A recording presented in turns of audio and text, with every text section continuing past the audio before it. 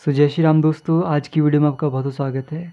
हमारी बुक चल रही है डिफरेंशियल इक्वेशन की, जिसका हम चौथा चैप्टर कर रहे हैं, linear equation with constant coefficients. आज उसमें हम क्या करने वाले हैं, आर्ट नंबर 8 करने वाले हैं, जो कि हमारे पास रूल नंबर 2 भी है। ये रूल काय के चले हुए हैं, ये चले हुए पर्टिकुलर इंटीग्रल के रूल, ठीक है ना। पर्टिकुलर इंटीग्रल क्या होता है, 1/f(d) इंटू में q होता है। तो हमारे पास इक्वेशन होती है, उसको हम सिंबॉलिक फॉर्म में कन्वर्ट करते हैं, मतलब कैपिटल डी की फॉर्म में। तो हमारे पास फंक्शन बनता है कैपिटल डी का, और राइट हैंड साइड में क्या होता है, नॉन होमोजीनियस डिफरेंशियल अगर होगी, नॉन होमोजीनियस डिफरेंशियल इक्वेशन होगी, तो राइट हैंड साइड में हमारे पास एक फंक्शन होगा एक्स का, जिसको हम बोलते हैं क्यू। यहाँ पर क्या होता है ना, क्यू में वेरिएशंस होती है। अगर हमारे पास क्यू है एक्सपोनेंशियल की पावर में ax टाइप का, तो हमारे पास लगेगा रूल नंबर 1, ठीक है। और जो रूल नंबर 2 है उसमें पता क्या है, अगर हमारे पास यहाँ पे क्या होगा, cos ax होगा या sin ax होगा, इन दोनों में से कोई भी हो सकता है, तो हमारे पास क्या लगेगा, रूल नंबर 2 लगेगा।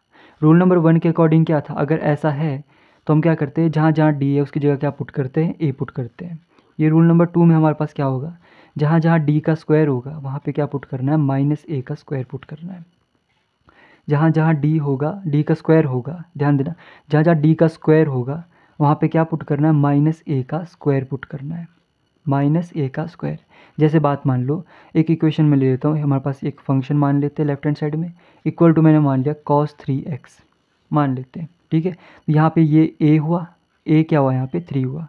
मैंने देखा हमारे पास फंक्शन है, ये q है हमारे पास, बेसिकली ये हमारे पास q है, और q इस टाइप का है कि हमारे पास cos ax टाइप का है, ठीक है ना। तो इस वाले क्वेश्चन में हम क्या करेंगे, जहाँ जहाँ इस इक्वेशन में d होगा, d का स्क्वायर होगा, उसकी जगह क्या पुट करना है, -a का स्क्वायर। तो -a का स्क्वायर यहाँ पे क्या है, a हमारे पास क्या है 3 है, तो 3 का स्क्वायर क्या होता है 9। तो जहाँ जहाँ d का स्क्वायर होगा उस जगह क्या पुट करना है, -9 पुट करना है। ये मैंने क्यों बताया, क्योंकि कहीं को कन्फ्यूज़न हो जाती है कि भाई -a का स्क्वायर अगर हम करेंगे ना, तो वो तो a का स्क्वायर नहीं हो जाएगा, क्योंकि -a इंटू -a तो a का स्क्वायर होता है, माइनस इंटू माइनस प्लस हो जाता है। बट ये ऐसा नहीं है, माइनस बाहर है और a का स्क्वायर इस टाइप का ही है, ठीक है, तो इस टाइप का है। तो रूल नंबर 2 के अकॉर्डिंग क्या है, हमारे पास क्वेश्चन में क्या होगा, जो पर्टिकुलर इंटीग्रल है उस ऐसा होगा कि हमारे पास 1/f(d) का स्क्वायर, मतलब जहाँ जहाँ d का स्क्वायर होगा, ठीक है, उसकी जगह क्या पुट करना है, -a का स्क्वायर पुट करना है। किस केस में, जब हमारे पास q क्या दिया हो, cos ax या sin ax टाइप का दिया हो तब, ठीक है। तो केस ऑफ फेलियर भी होता है हमारे पास। अगर ये बात मान लो, हमारे पास नीचे जो होता है f1/f(d) को हम सॉल्व करते हैं, तो हमारे पास क्या होता है, कहीं कभार 0 आ जाता है। इसको जब हम सॉल्व करते हैं, d के स्क्वायर की जगह हमने वैल्यू डाली, बट नीचे आ गया 0, तो इसकी जगह आ गया 0, तो उसको बोलेंगे हम केस ऑफ फेलियर, ठीक है, केस ऑफ फेलियर। उस केस में क्या करते, जैसा आप पिछले वाले रूल में करते थे सेम वैसा ही है, x का मल्टीप्लाई, ठीक है, और नीचे वाला जो ये है f(d) इसको डिफ्रेंशिएट कर देते हैं with respect to x, same ऐसा ही है, इसमें कोई दिक्कत नहीं है। आई थिंक रूल नंबर 2 आपको समझ में आ गया होगा। एक क्वेश्चन इसका इस वीडियो में कर लेते हैं, बाकी क्वेश्चन अगली वीडियो में करेंगे, ठीक है। देखो क्वेश्चन नंबर 1 हमारे पास हो रहा है, सॉल्व द डिफरेंशियल इक्वेशन। ये हमारे पास एक डिफरेंशियल इक्वेशन है, इसको सॉल्व करना है। पहली बात, हमारे को पता है कैपिटल D क्या होता है, d/dx होता है, बाहर y है, ठीक है, मतलब हमारे पास इक्वेशन थी, उसको सिंबॉलिक फॉर्म में लिख दिया पहले से ही। लीनियर इक्वेशन है ना, डिग्री क्या है वहाँ पे 1 है। नॉन होमोजीनियस है, क्योंकि इक्वल टू में हमारे पास एक फंक्शन है x का, जिसको हम बोलते हैं q, ठीक है। सॉल्व कैसे करते हैं फिर इसको, नॉन होमोजीनियस डिफरेंशियल इक्वेशन का सॉल्यूशन कैसे निकलता है, y complementary function plus particular integral, ठीक है। कॉम्प्लीमेंट्री फंक्शन मैंने पहले निकाल दिया, और पर्टिकुलर इंटीग्रल हम साथ में निकालेंगे, ठीक है। तो कॉम्प्लीमेंट्री फंक्शन देखो, कॉम्प्लीमेंट्री फंक्शन इस तरह से निकालते, पहले हम इसको ऑक्सिलरी इक्वेशन लिख लेते हैं, इक्वल टू में 0 लिख लेंगे। यहाँ पर एक और बात है, ये हमारे पास क्या है, एक क्यूबिक इक्वेशन है ना, क्वाड्रेटिक नहीं है।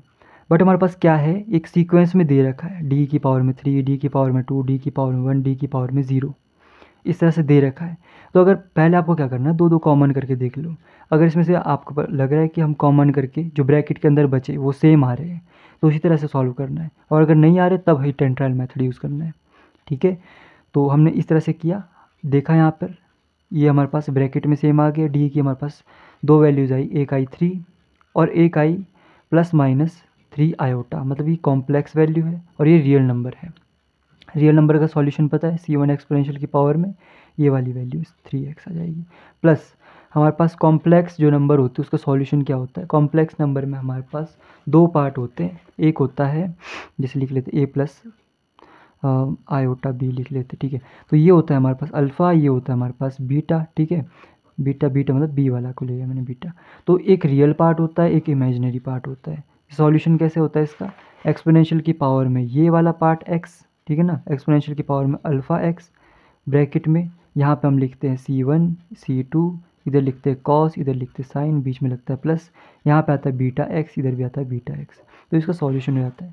उसी तरह से मैंने ये वाला सॉल्यूशन लिखा, क्योंकि यहाँ पे हमारे पास अल्फ़ा 0 है तो इसकी वैल्यू आ जाएगी 1, ठीक है। तो ये हमारे पास ये अंदर वाला यहाँ बच जाएगा। तो ये आ गया इसका कॉम्प्लीमेंट्री फंक्शन।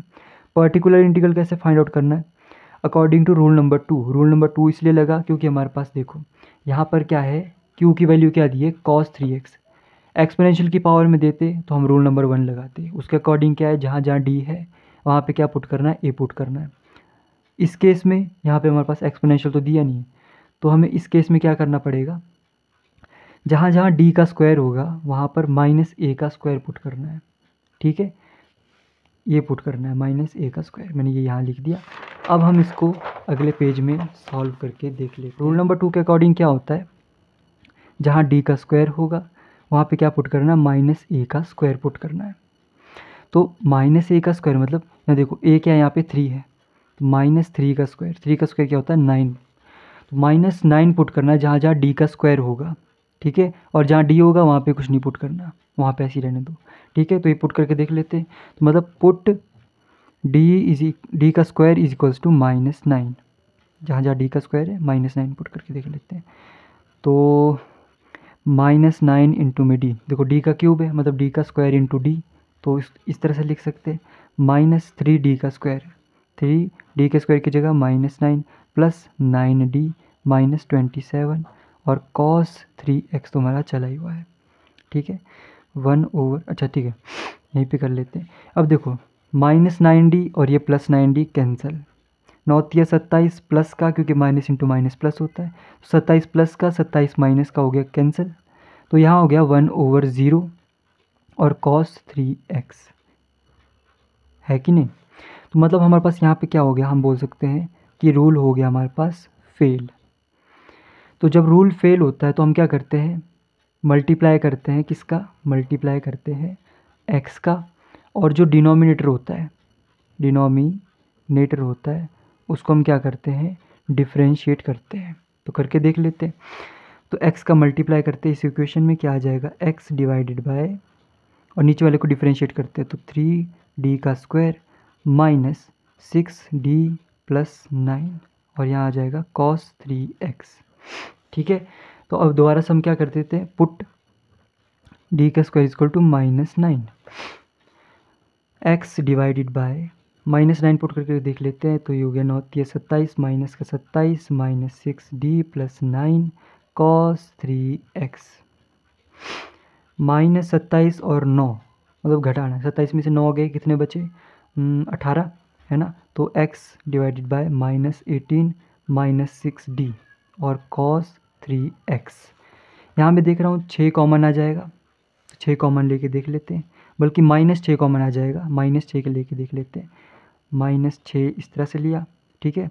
1 ओवर यहाँ पे हमारे पास क्या बचा, d प्लस 3, और यहाँ पे आ जाएगा cos 3x, okay.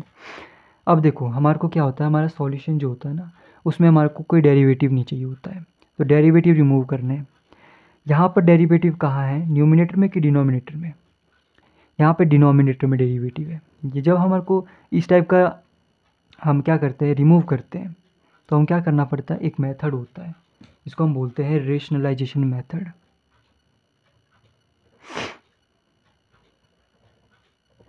Rationalisation method, spelling में हो सकता है मिस्टेक हो, बट हम क्या करने वाले हैं, यहाँ पे रेशनलाइजेशन मेथड का यूज़ करने वाले हैं। इस मेथड के अकॉर्डिंग क्या होता है, हमारे पास जो डिनोमिनेटर में दिया होता है जिसको रिमूव करना है, उसी से हम क्या करते हैं, मल्टीप्लाई और डिवाइड करते हैं साइन चेंज करके। तो इस तरह से हम इसको रिमूव करने वाले हैं, हमें डेरिवेटिव रिमूव करना है डिनोमिनेटर से। तो -x/6 1/d प्लस 3। अब हमें क्या करना है, d - 3 से मल्टीप्लाई और d - 3 से डिवाइड करना है, इनटू में cos 3x तो चला ही हुआ है, -x/6। अब देखो यहाँ पे हो जाएगा d-3, ये हमारे पास a² - b² का फॉर्मूला हो जाएगा, मतलब d² - 3², ठीक है। और यहाँ पे हमारे पास cos 3x, ठीक है। -x/6, d के स्क्वायर की जगह क्या पुट करना है, -9, तो यहाँ आ जाएगा -9। तो देखो d-3 डिवाइडेड बाय -9, और ये हो गया -9 क्योंकि 3 का स्क्वायर होता है 9, और यहाँ आ गया cos 3x -x/6 d-3, और यहाँ पे आ गया हमारे पास 9 × 9 = 18, वो भी माइनस का, तो 18 cos 3x। इन दोनों को मल्टीप्लाई कर लेते हैं, 18 × 5 = 90 होता है, 18 × 6 = 108 होता है, और माइनस माइनस हो गया प्लस, तो x/108 d-3, और यहाँ पे आ गया cos 3x। अब हम क्या करेंगे, cos 3x को अंदर मल्टीप्लाई कर देंगे d-3 में, तो क्या आ जाएगा, x/108 d cos 3x - 3 cos 3x। हम सॉल्यूशन के बहुत करीब है क्योंकि हमें d को रिमूव करना है। देखो यहाँ पर अब ऐसा मत करना कि हमें d की स्क्वायर की वैल्यू पता है, -9 है, तो d की वैल्यू हम निकाल सकते हैं। d की वैल्यू कैसे आएगी, यहाँ पे प्लस माइनस में आएगी, अंडर रूट बोथ साइड्स करोगे तो प्लस माइनस लगेगा कि नहीं लगेगा, प्लस क्या आएगा, +-3 आयोटा, तो वो तो यहाँ लगनी ही नहीं, कैसा सॉल्यूशन आएगा, फिर आपका सॉल्यूशन में गड़बड़ी हो जाएगी। तो क्या करना है, सिंपली समझना है, जो हमने बेसिक पढ़ा था वापस उस पर लौटना है।